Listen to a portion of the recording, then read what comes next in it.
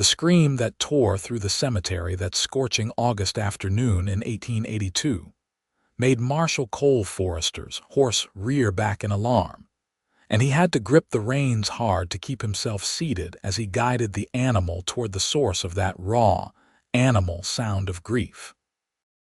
He found her collapsed against a freshly carved headstone, her black mourning dress covered in dust, her dark hair falling loose from its pins as her shoulders shook with sobs that seemed to come from somewhere deep in her soul.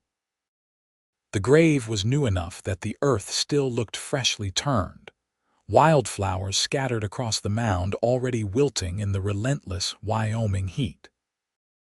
Marshal Forrester dismounted slowly, his boots hitting the ground with a soft thud, and he approached carefully, removing his hat as he read the inscription on the stone. Daniel Brooks, beloved son and brother, 1854–1882. The woman did not look up at his approach, did not seem to notice anything beyond her own anguish. Her fingers dug into the earth beside the grave, as if she could somehow pull the person beneath back to the surface through sheer force of will. Marshal Forrester had seen grief before, had witnessed more than his share of it in his 32 years, especially in the 10 he had spent enforcing the law across Wyoming territory.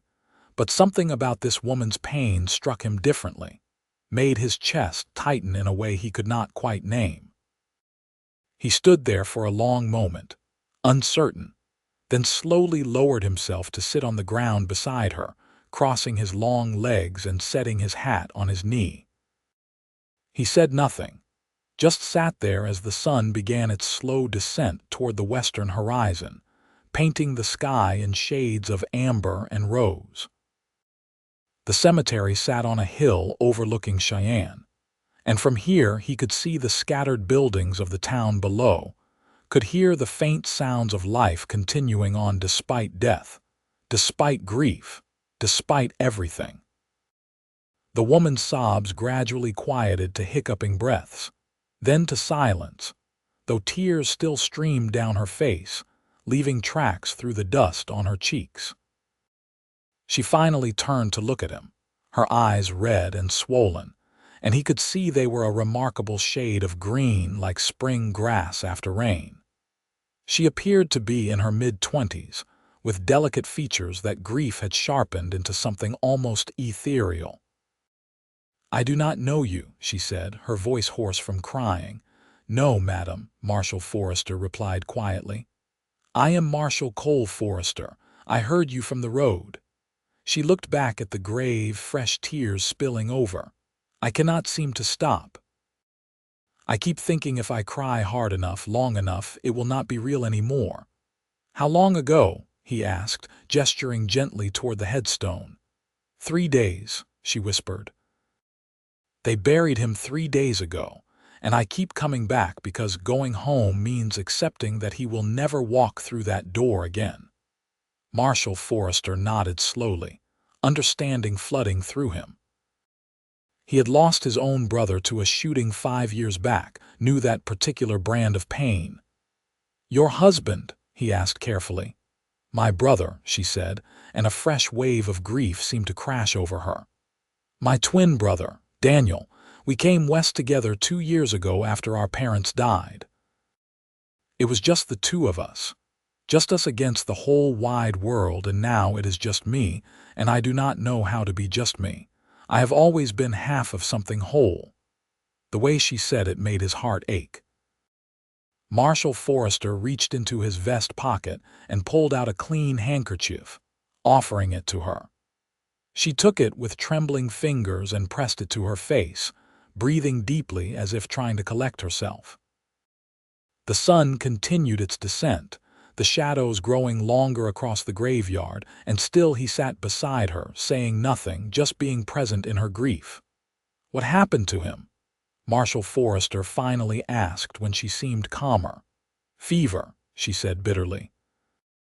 "We survived the journey west, survived establishing our bakery, survived hard winters and drought and everything else this territory could throw at us, and then a simple fever took him in less than a week. The doctor said it was his lungs, said there was nothing to be done. She laughed, but it was a hollow sound. Daniel always had weak lungs, even as a child. I should have known better than to bring him somewhere so dusty, so dry. You cannot blame yourself, Marshal Forrester said gently. Can I not? She turned those green eyes on him again, fierce now with something beyond grief. I was the one who wanted to come west. I was the one who convinced him that we could make a better life here.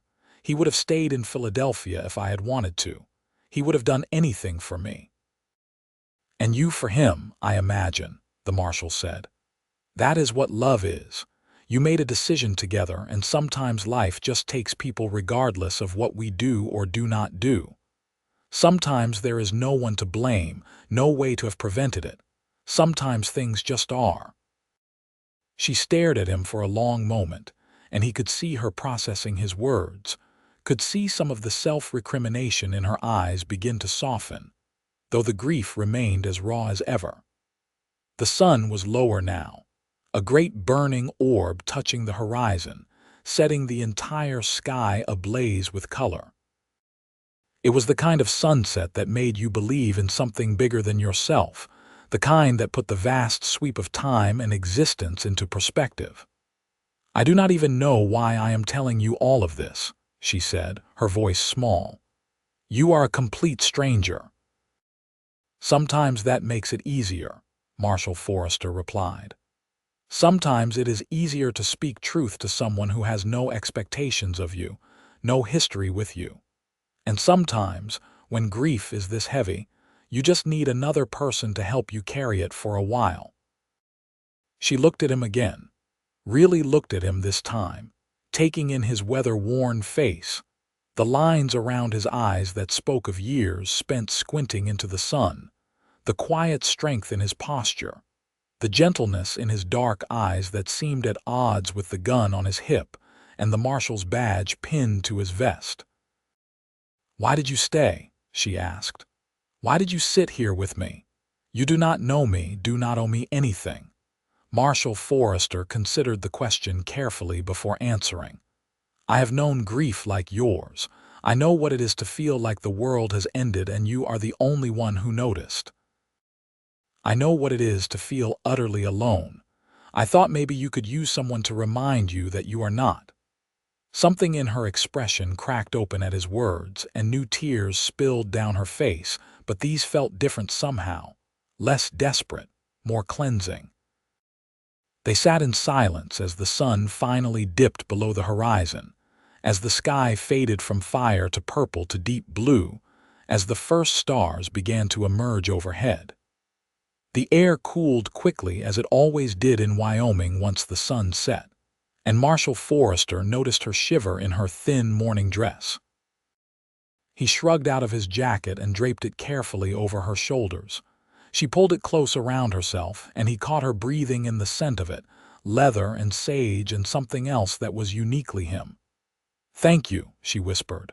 For the jacket, for staying, for listening. What is your name? He asked. Delilah, she said. Delilah Brooks, though everyone calls me Lily. Lily, he repeated, and the name seemed to fit her delicate and strong all at once. I am sorry for your loss. I am sorry you are carrying this pain. She nodded, swallowing hard. I should go home, she said, though she made no move to stand. It will be full dark soon, and I have already stayed too long. May I walk you home? Marshal Forrester offered. It is not safe for a woman alone after dark, even in Cheyenne. Lily looked at him for a long moment, then nodded. She placed one hand on the headstone, her fingers tracing her brother's name carved into the granite. Good night, Daniel, she whispered. I will come back tomorrow. Marshal Forrester stood and offered her his hand. She took it, her fingers small and cold in his, and he helped her to her feet. She swayed slightly, and he steadied her with a hand on her elbow.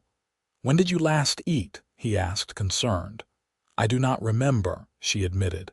Yesterday morning, perhaps. I have not been hungry. You need to eat, he said firmly. Grief is exhausting enough without adding hunger to it. Let me take you to the hotel. We can get you something there." She started to protest, but he held up a hand. "Please, you have been through enough today. Let someone take care of you just for tonight." There was something in his tone that brooked no argument, a gentle authority that made her relent. She nodded, and he retrieved his horse, leading the animal by the reins as they made their way down the hill toward town. The streets were quieter now, most of the businesses closed for the evening, though lamplight glowed in windows and the sound of a piano drifted from one of the saloons. Marshal Forrester guided her to the Cheyenne Grand Hotel, one of the nicer establishments in town, and settled her at a corner table in the dining room before ordering food for both of them. Lily sat quietly, his jacket still wrapped around her shoulders, looking lost and small in the grand dining room with its pressed tablecloths and crystal chandeliers. When the food came, roast beef and potatoes and fresh bread, she stared at it as if she had forgotten what food was for. Marshal Forrester cut a piece of meat and ate it, then looked at her expectantly until she picked up her own fork and took a bite. Then another. Before she knew it, she had cleaned her plate, the food seeming to restore some color to her pale cheeks. "Better?" he asked, and she nodded. "Better," she agreed. "Thank you. I did not realize how hungry I was until I started eating." They sat in companionable silence for a while, sipping coffee that the waitress brought, and Marshal Forrester found himself studying her face in the lamplight. The way grief had etched itself into her features but had not diminished her beauty, had perhaps even enhanced it in a strange way, given her a depth that went beyond the surface. He wondered what she had been like before grief had claimed her, whether she smiled easily, whether she laughed. "Tell me something," Lily said suddenly, breaking the silence. "Tell me something good, something that has nothing to do with death or grief or loss. Tell me something that reminds me there is still beauty in the world." Marshal Forrester thought for a moment, then smiled, a slow, gentle smile that transformed his stern features. "Last spring, I was riding through the mountains north of here, and I came across a meadow absolutely filled with wildflowers. Thousands of them, maybe millions, in every color you can imagine. Purple and yellow and red and white, stretching as far as I could see. And in the middle of it all, there was a doe with her fawn, and they were just standing there in all those flowers, peaceful as could be. The fawn was not afraid of me at all. It walked right up to my horse and sniffed at my boot. I sat there for probably an hour just watching them, just being in that place. It was one of the most beautiful things I have ever seen."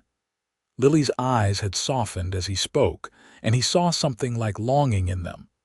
"That does sound beautiful," she said quietly. "I used to love flowers. Daniel and I had a small garden behind the bakery. He grew vegetables, but I always insisted on having a corner for flowers. Silly, impractical things, but they made me happy." "Not silly," Marshal Forrester said. "Not impractical. Beauty is not impractical. Joy is not impractical. They are necessities, just like food and water, maybe even more so." She looked at him with something like wonder. "You are not what I expected when I saw a marshal sitting beside me in the cemetery. What did you expect? Someone harder, I think. Someone more concerned with law than with people. Someone who would have told me to pull myself together and go home." Marshal Forrester shook his head. "The law exists to serve people, not the other way around, and grief does not follow a schedule. It takes as long as it takes." They talked for another hour, the conversation flowing more easily now that food had restored her strength and the worst of her grief had spent itself, at least for the moment. He learned that she and Daniel had opened their bakery on 3rd Street, that they had been slowly building a customer base, that she made the best apple pie in Wyoming according to her brother, though she had not touched the kitchen since he died.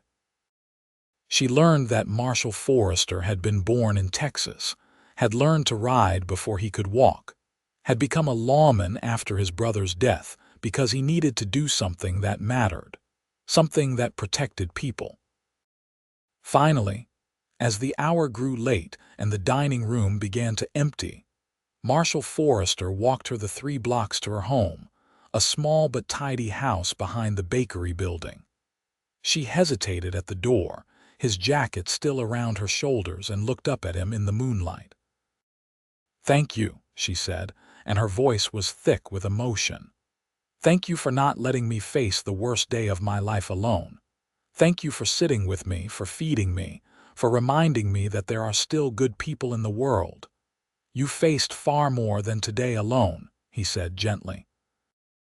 "You faced 3 days alone. You faced his death alone. I only shared the smallest part of it." "But you did share it," she insisted. "And that matters. That matters more than you know." He nodded, accepting her words. "May I come by tomorrow?" he asked. "Just to check on you, make sure you are eating, make sure you are all right." She looked surprised, then grateful. "I would like that," she said softly. "I would like that very much." He tipped his hat to her and turned to go, but her voice stopped him. "Marshal Forrester," he turned back. "Cole," he said. "Call me Cole." "Cole," she repeated, and the name sounded good in her voice. "What you said at the cemetery about offering tomorrow. You said that without saying it, but I heard it anyway. Thank you for tomorrow." He smiled at her, that same gentle smile that had transformed his face earlier. "Tomorrow and however many days after you need," he said. "Good night, Lily. Good night." He walked back toward his small office near the town square, his mind full of a woman with green eyes and a grief so profound it had called to something deep inside him. He had not lied when he told her he understood her pain. He did. But what he had not told her was that he had never fully healed from his own losses, had simply learned to carry them, to function despite them. And as he unlocked his office door and lit the lamp on his desk, he found himself hoping that maybe, just maybe, in helping her carry her grief, he might finally learn to set down some of his own. The next morning, Cole arrived at the bakery just after dawn, carrying a basket of fresh supplies from the general store. He knocked on the door of the house, and after a long moment, Lily answered. She looked exhausted, dark circles under her eyes suggesting she had not slept much, if at all, but she had changed out of her morning dress into a simple blue calico that brought out the color of her eyes. She looked surprised to see him, then pleased. "You came," she said. "I said I would," Cole replied. "I brought some things. Thought maybe we could make breakfast together." She hesitated, and he could see the war in her eyes between accepting help and retreating back into her grief. Finally, she stepped aside and let him in. The house was small but clean, with lace curtains on the windows and watercolor paintings on the walls that he guessed she had done herself. Everything was neat and orderly, but there was a stillness to the place, an emptiness that spoke of absence. Cole moved into the small kitchen and began unpacking the basket, setting out eggs and bacon and fresh bread, coffee and butter and jam. Lily watched him, her arms wrapped around herself as if she were cold despite the warmth already building outside. "I do not know if I can do this," she said quietly. "I do not know if I can go back to normal things like cooking and eating and living." "Then do not do it alone," Cole said simply. "Let me help. You do not have to carry this by yourself." Something in her seemed to crumble at that, and she sank into one of the kitchen chairs, covering her face with her hands. Cole moved to her side, kneeling beside the chair so he was at her level, and gently took her hands in his, pulling them away from her face so she had to look at him. "Listen to me," he said firmly but gently. "What you are feeling is normal, it is right. You do not have to be strong, you do not have to pull yourself together. You just have to take one breath and then another, and I will be here to remind you to breathe when you forget." Tears streamed down her face, and she gripped his hands like they were the only solid thing in a world that had turned to water. "Why are you doing this?" she asked, her voice breaking. "Why are you being so kind to me?" Cole considered his answer carefully. "Because someone was kind to me once when I needed it most, and I have never forgotten it. Because you deserve kindness. Because grief should not be faced alone. Because when I saw you yesterday, something in me recognized something in you, and I could not just ride away and pretend I had not seen it." She searched his face, looking for something, and whatever she found there seemed to satisfy her because she nodded slowly. "Okay," she whispered. "Okay. Help me, please help me." And so he did. He guided her through the motions of cooking breakfast, putting a knife in her hand and showing her how to slice the bread, cracking eggs into a pan while she turned the bacon, pouring coffee for both of them and adding sugar and cream the way she liked it after she told him. They ate together at the small kitchen table, and though she only managed a few bites, it was more than she had eaten on her own in days. Afterward, he washed the dishes while she dried them, and they worked in companionable silence, the simple domesticity of it strangely soothing. "I need to go to the bakery," Lily said finally, looking out the window at the building next door. "I have not been inside since Daniel died. Mrs. Henderson from across the street locked it up for me, said she would watch it until I was ready. But I cannot keep avoiding it forever. It was Daniel's dream as much as mine. Do you want me to come with you?" Cole offered. She nodded gratefully. "Yes, yes, I think I need that." They walked the short distance to the bakery, and Lily's hands shook as she fitted the key into the lock. The door swung open to reveal a tidy space with a large work table, shelves of supplies, a big cast iron stove, and a front counter with a display case that was currently empty. Everything was exactly as they had left it, but covered in a fine layer of dust that spoke of abandonment. Lily stood in the doorway, frozen, and Cole could feel her struggling with the memories that filled this space. "He used to sing while he worked," she said softly. "Terrible, off-key singing, but it made me laugh every time. He would make up silly songs about bread rising and cakes baking. He said a bakery should be a happy place, that people came here for comfort, for sweetness, and we should give them that in more ways than just food." "He sounds like he was a good man," Cole said. "The best," Lily agreed, and fresh tears spilled down her cheeks. "The very best. And now he is gone, and I do not know how to do this without him." Cole took her hand, lacing his fingers through hers. "Then maybe you do not do it the same way.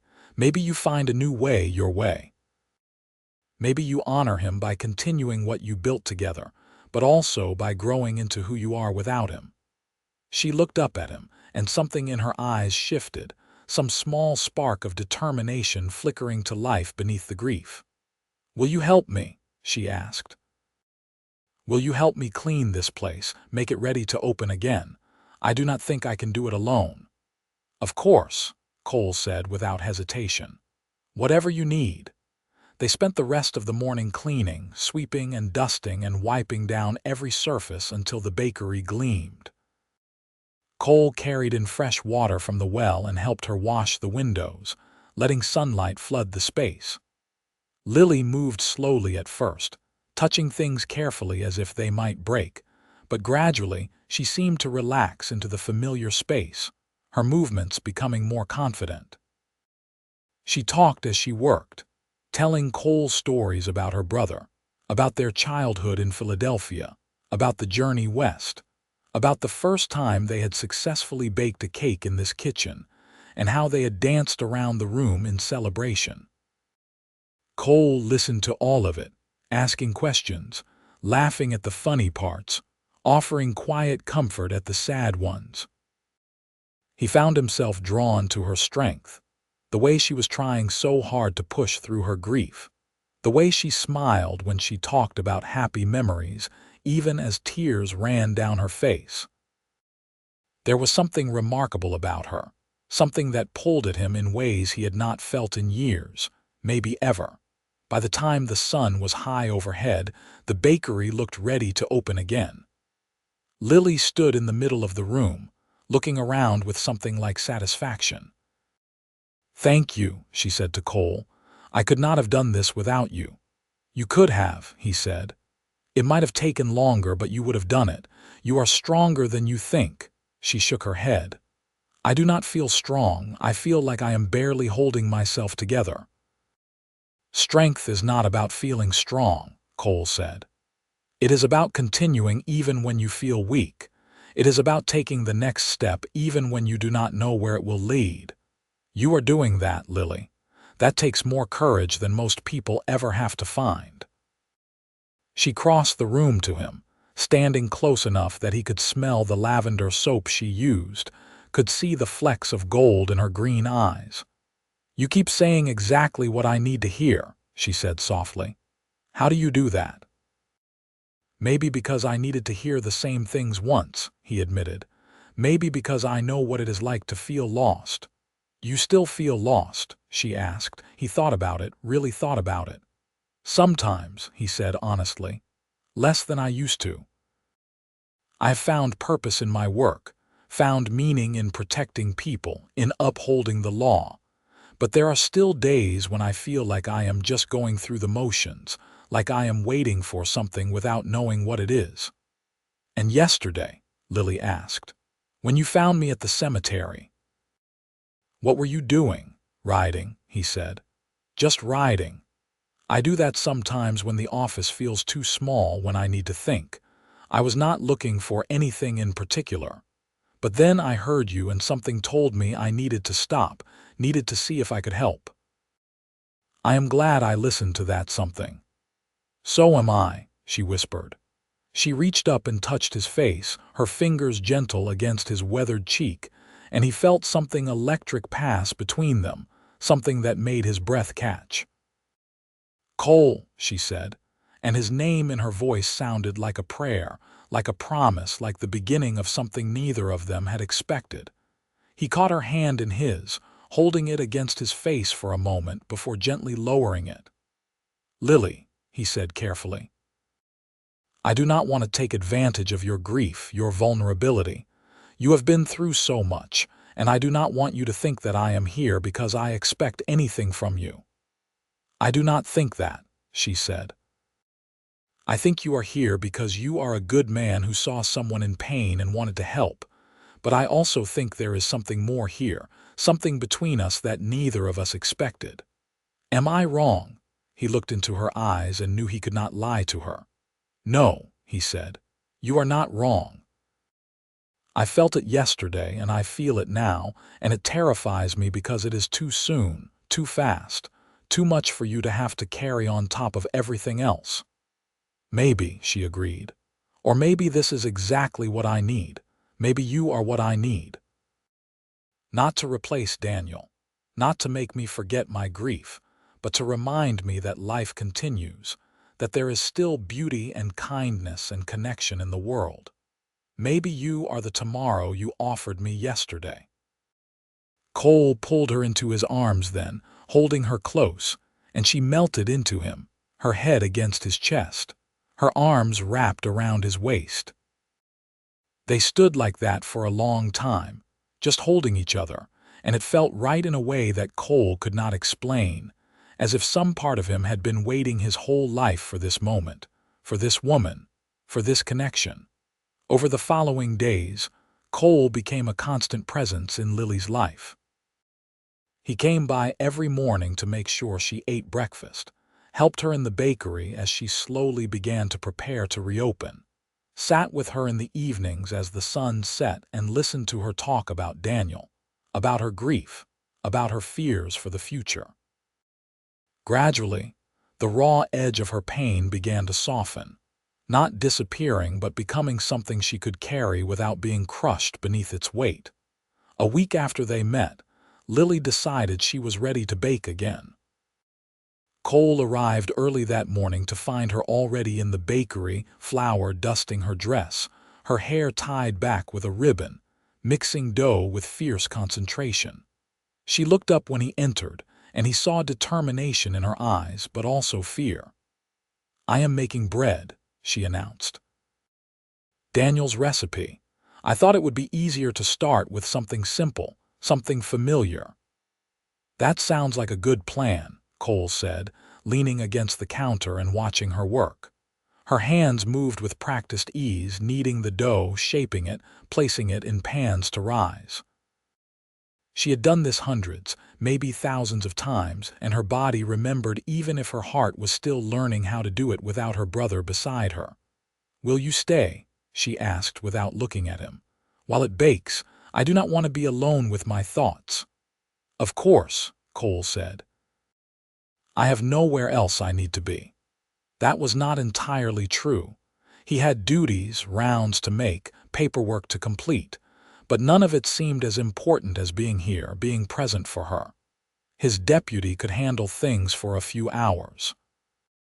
He pulled up a stool and sat, and Lily began to talk as she worked, telling him about learning to bake from her mother, about teaching Daniel everything she knew, about the first time he had burned a batch of cookies so badly they had to open all the windows to clear the smoke. The bread baked, filling the bakery with the most wonderful smell, yeasty and warm and comforting. When Lily pulled the loaves from the oven, golden brown and perfect, she stared at them for a long moment, and then she began to cry. Not the desperate, broken sobs of the cemetery, but quieter tears, tears of grief mixed with something else, something that might have been pride, might have been relief. "He would be proud of you," Cole said gently. "Would he?" Lily asked, her voice thick. "I feel like I am betraying him by learning to live without him." "You could never betray him," Cole assured her. "He loved you. He would want you to live, to thrive, to find joy again. Honoring his memory does not mean stopping your life. It means carrying forward the love he gave you, the lessons he taught you, the dreams you shared." She nodded, wiping at her tears, and then she cut a thick slice of the still warm bread and offered it to Cole. He took a bite and closed his eyes, savoring it. "This is incredible," he said honestly. "Best bread I have ever had." A small smile tugged at her lips, the first real smile he had seen from her. "You are just being kind." "I am being honest," he corrected. "You are talented, Lily. This bakery is going to thrive because you are talented and determined, and because people will taste your food and come back for more." She cut herself a slice and ate it slowly, and Cole could see her taking comfort from it, from the familiar taste and texture, from the proof that she could still do this thing she and Daniel had built their dreams around. They finished half a loaf together, just sitting in the warm bakery, eating bread and talking about small things, easy things, letting the heaviness of grief recede for just a little while. That afternoon, Lily asked Cole to go with her to the cemetery. He agreed without hesitation, and they walked together up the hill as the sun began its descent toward the horizon. She knelt beside Daniel's grave, which was no longer as raw as it had been, the earth settling, the flowers she had placed there dried but still present. Cole stood a respectful distance away, giving her space, watching as she traced her brother's name on the headstone. "Hello, Daniel," she said softly. "I made bread today. Your bread. It came out perfect, just like you taught me. I wanted to tell you that I am trying, that I am going to keep the bakery going, that I am going to make you proud." She paused, fresh tears welling. "I also wanted to tell you about someone. His name is Cole, and he is a good man, Daniel, the kind of man you always said I should find. He has been so kind to me, so patient with my grief. I think you would have liked him. I hope you would have approved." Cole felt his throat tighten at her words, at the trust implicit in her telling her brother about him, about introducing him even in this strange, one-sided way. He moved closer and placed a hand on Lily's shoulder, and she reached up to cover it with her own, drawing strength from his presence. "I miss you," she whispered to the grave. "I miss you so much it feels like I cannot breathe sometimes. But I am learning to live with the missing, learning that I can carry you with me even though you are gone. And I am not alone, Daniel. Cole has made sure of that. He has been my tomorrow, just like he promised, even though I did not know I needed that promise until he made it." They stayed until sunset, just as they had that first day, watching the sky turn to fire and then to purple and then to deep blue. But this time when they left, Lily did not collapse in grief. She walked beside Cole with her head held high, her hand in his, and though sadness still clouded her eyes, there was also something else there now, something that looked like hope. 2 weeks after they met, Lily reopened the bakery. Word had spread through Cheyenne that the Brooks Bakery would be operating again, and when she unlocked the doors that morning, there was already a line of customers waiting. Cole stood behind the counter with her, helping to serve, to wrap purchases, to make change. Lily had baked for 2 days straight, filling the shelves with bread and rolls and pies and cakes, and the display case looked beautiful, tempting, full of promise. The first customer was Mrs. Henderson, the older woman who had locked up the bakery after Daniel's death. She took Lily's hands and squeezed them tight. "I am so glad to see you back, dear," she said. "Daniel would be so proud, and this must be the Marshal I have seen coming and going. Good to see you taking care of our Lily, Marshal Forrester." "Just Cole, madam," he said with a tip of his hat. "And it is my privilege." Customers came steadily all morning, offering condolences, praising the food, welcoming Lily back. She handled it with grace, thanking each person, smiling even when Cole could see the effort it cost her. By noon, more than half the inventory was sold, and Lily's eyes were shining with something that looked like disbelief, like joy, like the dawning realization that she could do this, that she could carry on alone. "Not alone," Cole murmured to her during a brief lull. "Never alone." She looked at him, and the warmth in her eyes made his heart skip. "No," she agreed. "Not alone. Not anymore."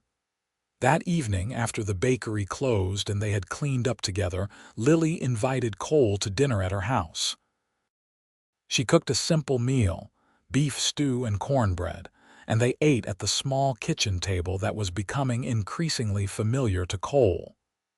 The conversation flowed easily, ranging from the day's success to stories from their pasts to dreams for the future. "What do you want, Cole?" Lily asked suddenly. "What do you dream about when you let yourself dream?" He set down his fork and considered the question. "I used to dream about justice," he said. "About making the world safer, about protecting people who could not protect themselves, and I still want that. But lately, I have been dreaming about something else too. About a home that feels like a home, not just a place I sleep. About someone to share the quiet moments with. About building something with someone, something that matters, something that lasts." "That sounds like a good dream," Lily said softly. "What about you?" Cole asked. "What do you dream about?" She looked down at her plate, thinking. "Before Daniel died, I dreamed about the bakery succeeding, about maybe opening a second location someday, about being part of the community here. Now, I still dream about those things, but I also dream about not being afraid anymore. I dream about letting myself be happy without feeling guilty. I dream about love, Cole, about finding it, keeping it, building a life around it." The air between them seemed to thicken with unspoken words, with possibilities neither of them had quite dared to voice yet. Cole reached across the table and took her hand, his thumb brushing across her knuckles. "Lily," he said carefully, "I know it has only been 2 weeks. I know you are still grieving, still healing. But I need you to know that what I feel for you is real. It is not just about helping you through a hard time. It is about you, who you are, the strength and kindness and beauty I see in you. I am falling for you, and I need you to know that before we go any further." Lily's breath caught, and tears filled her eyes, but these were different tears, tears of emotion rather than grief. "I am falling for you too," she whispered. "And it terrifies me because I do not know if I am ready, if it is too soon, if I am just clinging to the first person who showed me kindness. But when I am with you, Cole, I feel like I can breathe again. I feel like the world is not quite as dark as it was. I feel like maybe there is still beauty and joy and love waiting for me. You make me want to heal, want to live, want to try again." Cole stood and moved around the table, pulling her up into his arms. She came willingly, wrapping her arms around his neck, and when he lowered his head to kiss her, she met him halfway. The kiss was gentle, tentative, both of them testing this new territory, but beneath the gentleness was a current of something deeper, something powerful, something that promised that this was just the beginning. When they finally pulled apart, both of them were breathing hard. Lily rested her forehead against Cole's chest and he held her close, his hand stroking her hair. "We do not have to rush this," he said. "We can take whatever time you need. I am not going anywhere." "I know," she said, "and that is what makes me brave enough to try." As summer faded into autumn, Cole and Lily's relationship deepened. They spent nearly every evening together, either at her house or walking through Cheyenne, talking about everything and nothing, learning each other's rhythms and patterns. Cole taught her to ride, taking her on gentle excursions into the surrounding countryside, showing her the places he loved, the hidden meadows and clear streams and vistas that took her breath away. Lily taught him to bake, laughing at his first clumsy attempts and praising his gradual improvement, finding joy in sharing this part of herself with him. The town noticed, of course. Small towns always notice such things. There were whispers at first, concerns that the grieving baker was moving too fast, that the marshal was taking advantage. But as people saw them together, saw the way Cole looked at Lily like she was the most precious thing in the world, saw the way Lily smiled more and more often, saw how they supported each other, the whispers changed to approval, to pleasure that two good people had found each other in the midst of tragedy. By October, when the leaves turned gold and the air held the first real chill of approaching winter, Cole knew he wanted to spend the rest of his life with Lily. He knew it with a certainty that went bone deep, that felt as natural as breathing. But he also knew he needed to do this right, needed to respect her grief and her timing, needed to make sure she was truly ready. One evening, as they sat on the porch of her house watching the sunset paint the sky in shades of orange and pink, Cole gathered his courage. "Lily," he said, "I want to talk to you about something." She turned to him, her expression open and trusting. "What is it?" "I love you," he said simply. "I have loved you for weeks now, maybe from that first day in the cemetery, though I did not recognize it then. I love your strength and your kindness and your determination. I love the way you smile when you get a cake just right. I love the way you talk to Daniel when you visit his grave, keeping him part of your life even though he is gone. I love the way you make me want to be a better man. I love everything about you and I want to build a future with you." Tears welled in Lily's eyes, but she was smiling. "I love you too, Cole. I have tried to tell myself it is too soon, that I should wait, but the heart does not follow schedules. You have given me back my life. You have shown me that grief and joy can coexist, that I can miss Daniel and still be happy, still love, still dream. You are the best thing that has happened to me in the darkest time of my life." Cole took her hands, holding them tight. "Then marry me," he said. "Not right away, not until you are ready, but eventually. Marry me and let me spend every day for the rest of my life proving to you that you made the right choice. Let me be your tomorrow, today, and every day after." Lily laughed through her tears, a sound of pure joy that made Cole's heart soar. "Yes," she said. "Yes, Cole, I will marry you. I will marry you and build a life with you and love you for as long as I breathe." He kissed her then, deep and passionate, pouring all his love and promise into it, and she kissed him back with equal fervor. When they finally broke apart, both of them were grinning like fools, and Cole felt happier than he ever had in his entire life. They decided to wait until spring to marry, giving Lily time to fully heal from her grief, time for them to plan a proper wedding, time to make sure they were building their relationship on a solid foundation. Those months were sweet, filled with quiet moments and deep conversations, with laughter and occasional tears, with the slow, steady building of trust and intimacy. Lily continued to visit Daniel's grave every week, and Cole always went with her. She talked to her brother, told him about the bakery's success, about her engagement, about her plans for the future. Cole would stand nearby, giving her space but making sure she knew he was there. And Lily drew strength from both presences, the living and the dead, both of them important pieces of her heart.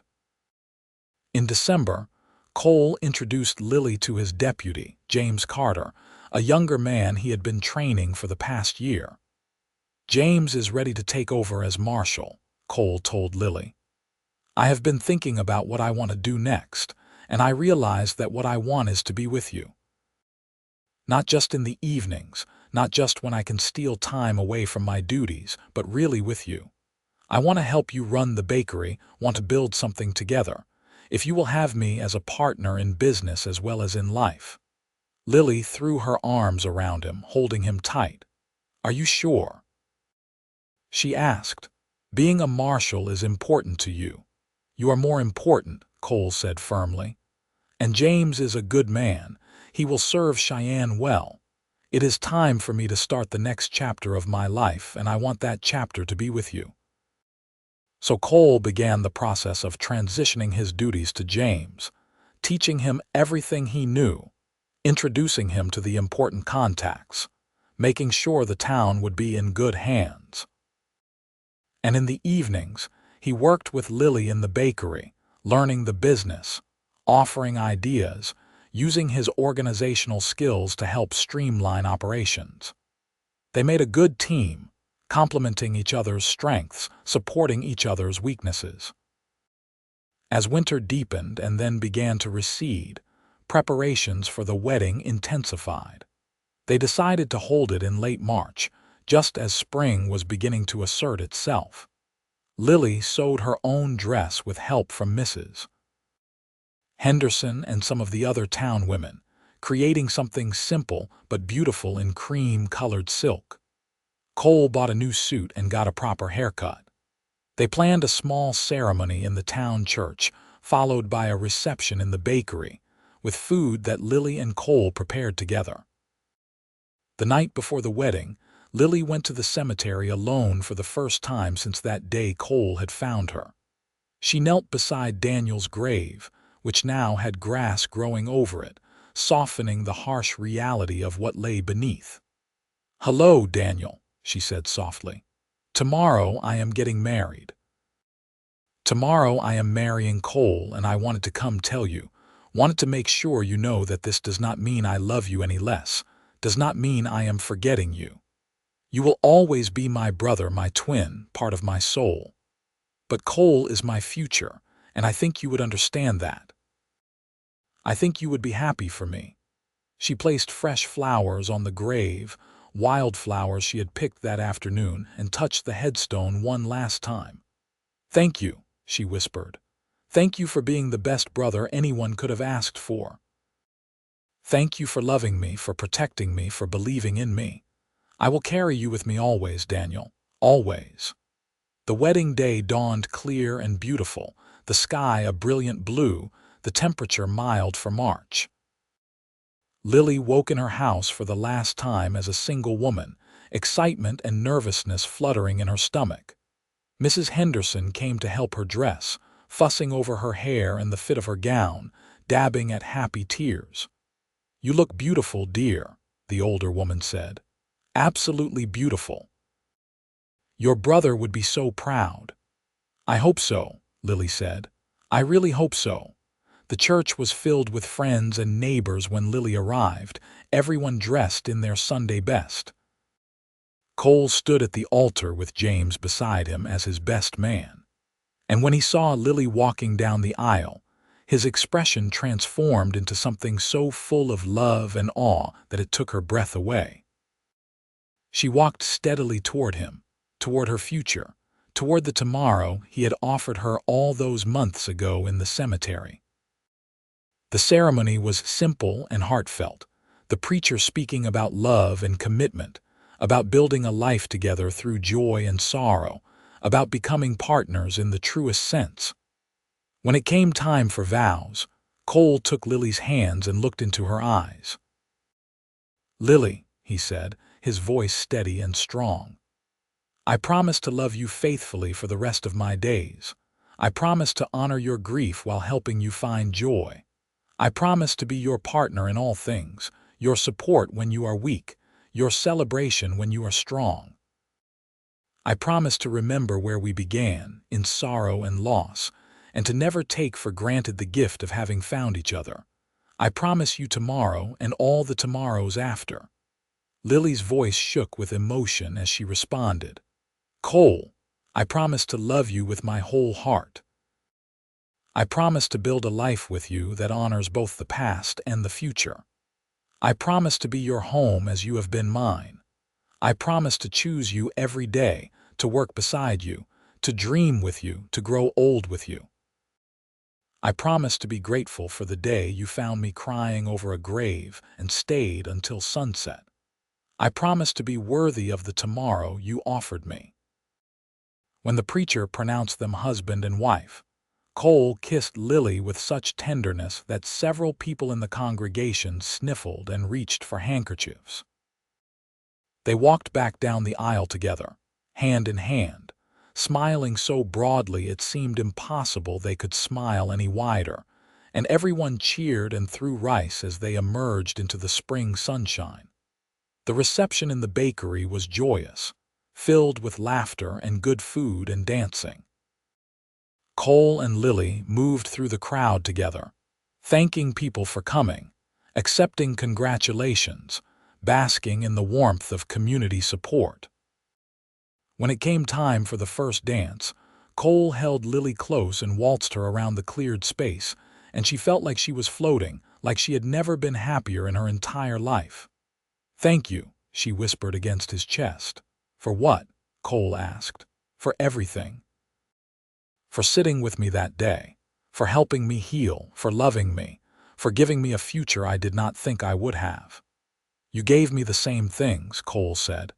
"You gave me purpose beyond just the law. You gave me a home. You gave me love. We saved each other, Lily." They honeymooned in the mountains north of Cheyenne, spending a week in a small cabin Cole had borrowed from a friend. They hiked through meadows still dotted with patches of snow, fished in cold streams, made love by firelight, and talked for hours about their dreams and plans. It was peaceful and perfect, a chance to simply be together without the demands of daily life intruding. When they returned to Cheyenne, they moved into Cole's house, which was larger than Lily's and had more room for expansion. They combined their households, blending his sparse, practical furnishings with her more decorative touches, creating a space that felt like it belonged to both of them.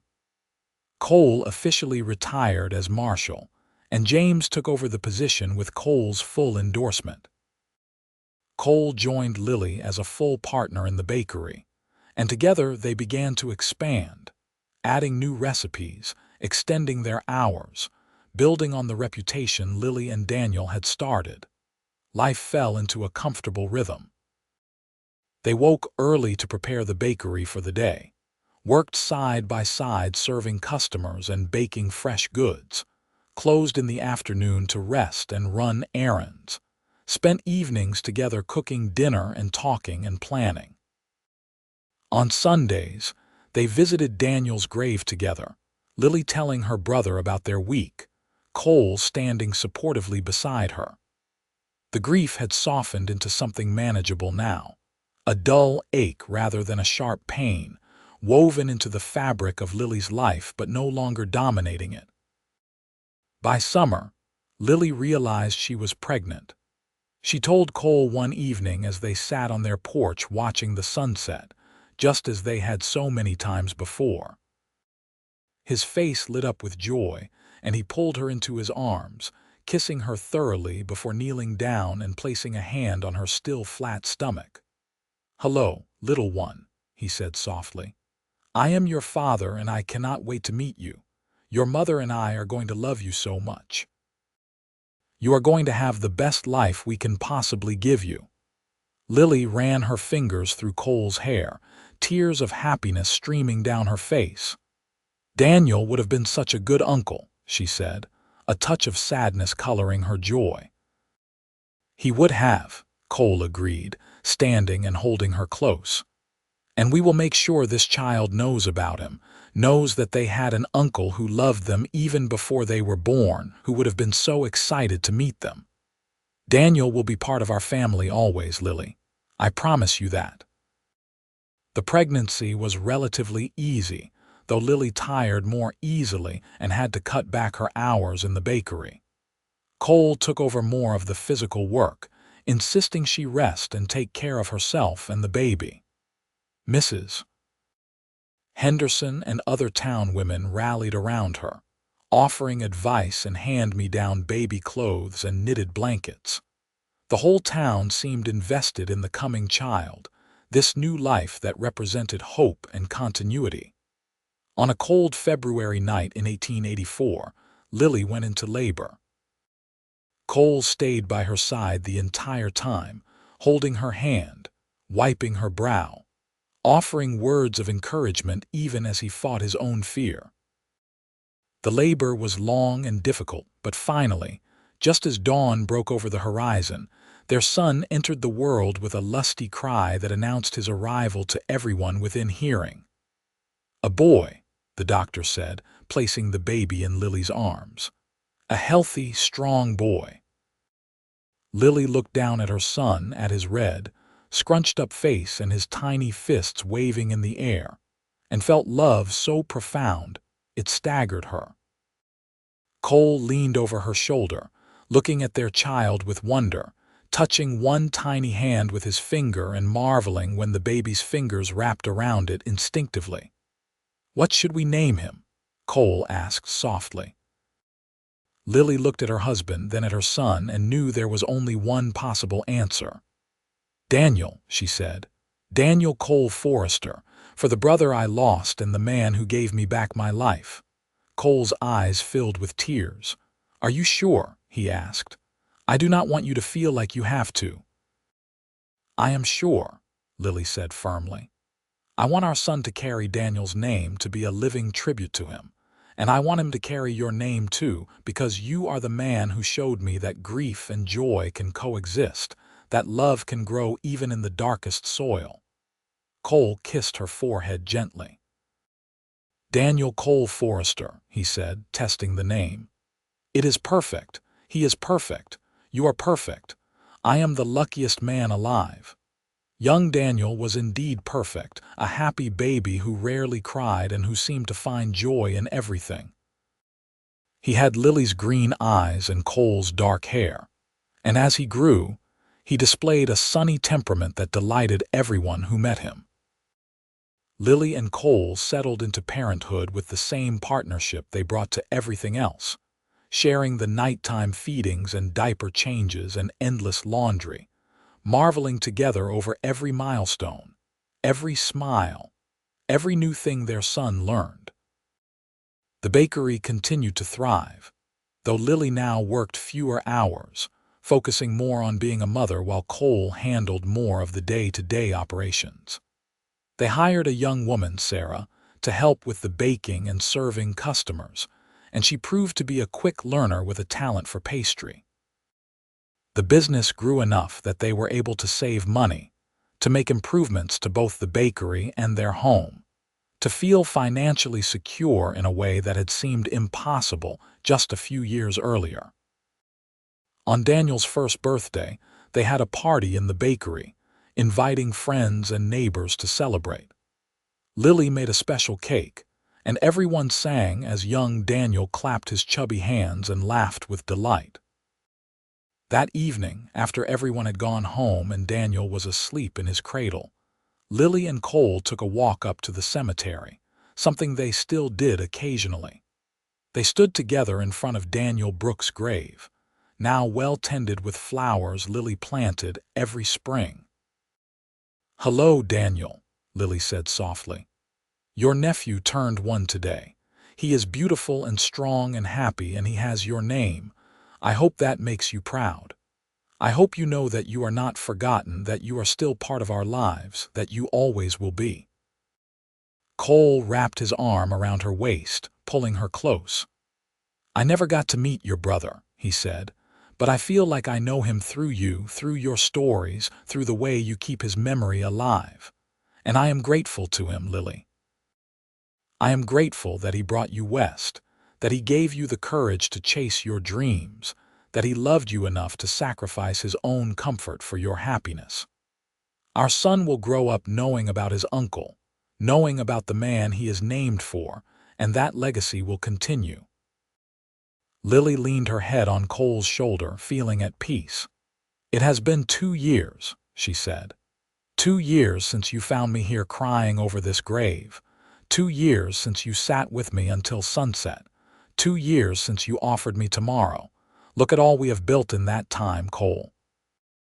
A marriage, a family, a thriving business, a home filled with love. You gave me back my life that day, and I have tried every day since to be worthy of that gift." "You have been more than worthy," Cole said firmly. "You are the strongest, bravest, most loving person I know.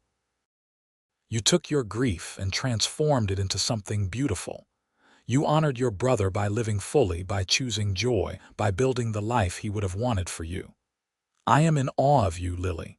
Every single day, I am in awe of you."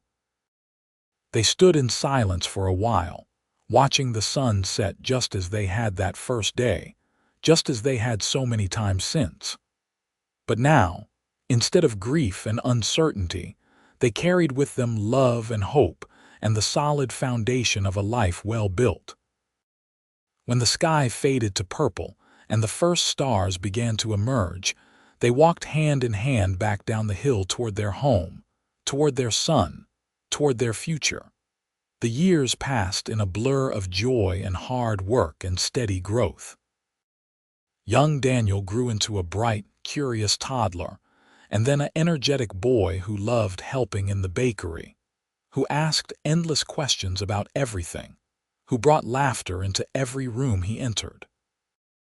When he was 3, Lily became pregnant again, and this time she delivered a daughter they named Rose, for Lily's mother. Rose was quieter than her brother but no less loving, with Cole's dark eyes and a serious expression that often broke into the most beautiful smiles. Cole proved to be an exceptional father, patient and playful, teaching his children to ride and to treat others with respect, reading to them every night before bed, making them feel safe and cherished. Lily watched him with their children and fell in love with him all over again, seeing new depths to the man who had sat with her in a cemetery and offered tomorrow. The bakery expanded to take over the building next door, doubling their space and allowing them to add tables where customers could sit and enjoy their purchases with coffee or tea. They hired more help, trained several young people in the art of baking, became one of the most successful businesses in Cheyenne. But despite their success, Lily and Cole never forgot where they had started, never took for granted the second chance they had been given.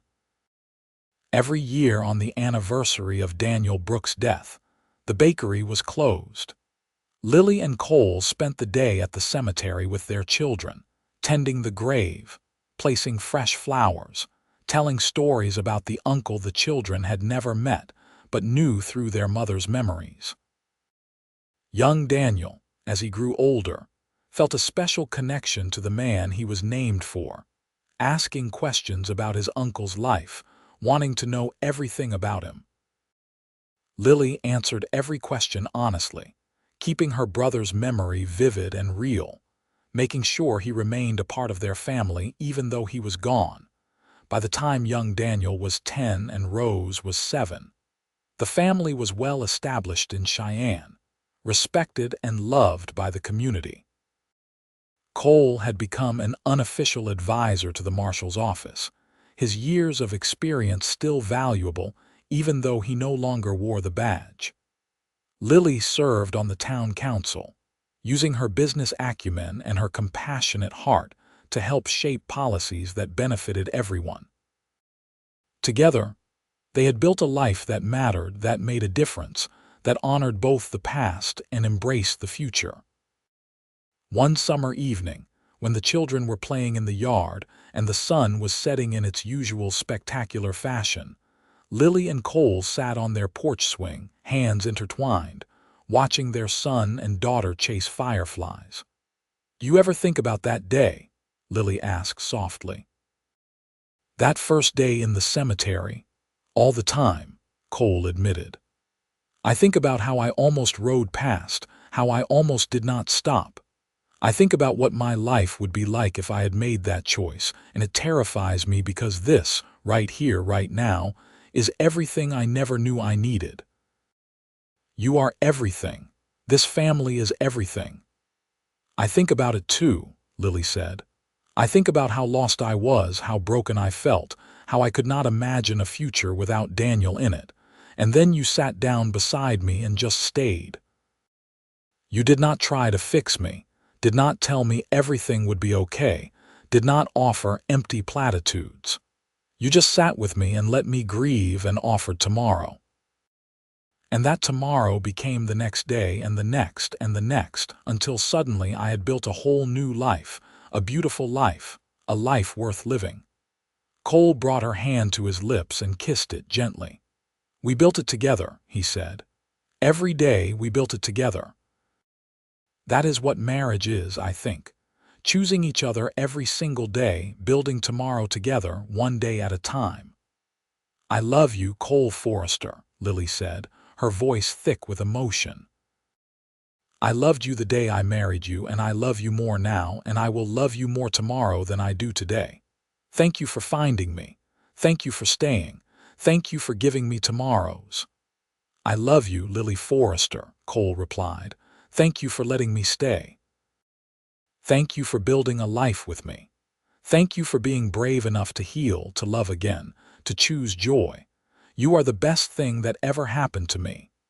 Their children's laughter rang out across the yard as fireflies blinked their golden lights into the gathering dusk. Lily leaned her head on Cole's shoulder, and he wrapped his arm around her, holding her close. They rocked gently on the swing, watching their children, watching the sunset, counting their blessings. The future stretched out before them, unknown and uncertain as futures always are, but they faced it without fear because they faced it together. They had learned that grief and joy could coexist, that love could grow from the darkest moments, that tomorrow was always a gift worth accepting. They had learned that strength came not from avoiding pain but from walking through it, that healing was possible even when it seemed impossible, that hope could be found in the most unexpected places. As the stars began to emerge overhead and the children finally tired themselves out and came running to their parents for hugs before bed, Lily thought about her brother, about how much he would have loved this life, this family, these children who carried his name and his legacy. She thought about how proud he would be of her, of what she had built, of how she had honored his memory by living fully and loving deeply. And she thought about Cole, about the cowboy who had found her crying over a grave, who had sat with her until sunset, who had offered tomorrow without knowing what that tomorrow would bring, who had kept that promise every single day since. She thought about how lucky she was, how blessed, how grateful. That night, after the children were tucked into bed and the house was quiet, Cole and Lily stood together at their bedroom window, looking out at the stars scattered across the Wyoming sky. "Do you have any regrets?" Cole asked, pulling her back against his chest and wrapping his arms around her. "Not a single one," Lily said without hesitation. "I wish Daniel had lived, wish he could be here to see all of this. But I do not regret coming west, do not regret staying after he died, do not regret saying yes when you asked me to marry you. Every choice led me here, to this moment, to this life, to you, and I would not change any of it." "Neither would I," Cole said, pressing a kiss to the top of her head. "Not one single thing." They stood there in comfortable silence, two people who had found each other in grief and built something beautiful from the ashes of loss. They had proven that love could heal, that tomorrow was always worth accepting, that the human heart had infinite capacity for joy even after experiencing profound sorrow. They had created a family, a business, a life that mattered. And they had done it together, one day at a time, one choice at a time, one tomorrow at a time. As they finally climbed into bed and Cole pulled Lily into his arms, both of them settling into sleep with the easy comfort of long familiarity and deep love, the moon rose over Cheyenne, Wyoming, casting silver light across the town below. In the cemetery on the hill, Daniel Brooks' grave stood peaceful and well-tended, surrounded by flowers, a testament to a life that had mattered, to a love that continued even beyond death, to a legacy that lived on in the family that honored his memory. And in the house Cole and Lily had made into a home, their children slept safely in their beds, dreaming whatever dreams children dream, secure in the knowledge that they were loved and protected and valued. The bakery they had built together stood ready for another day of serving the community, of providing sweetness and sustenance, of being a place where people gathered and connected. The life they had created continued on, rich and full and meaningful, built on a foundation of grief overcome, of love embraced, of tomorrow accepted and cherished.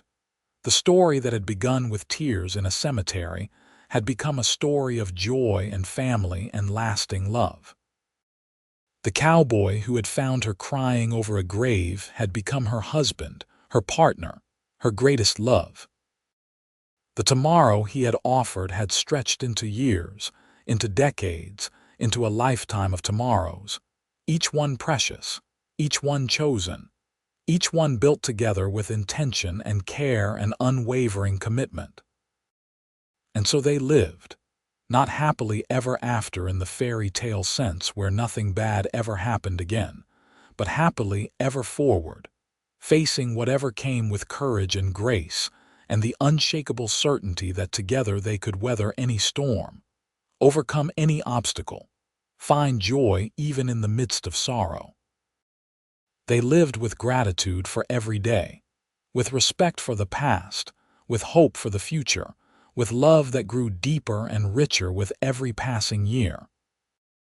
They lived the life that Daniel Brooks would have wanted for his sister, the life Cole Forrester had dreamed of but never thought he would find, the life they had built together from nothing but grief and kindness and a willingness to sit with someone in their darkest moment and offer tomorrow. And it was enough. It was more than enough. It was everything.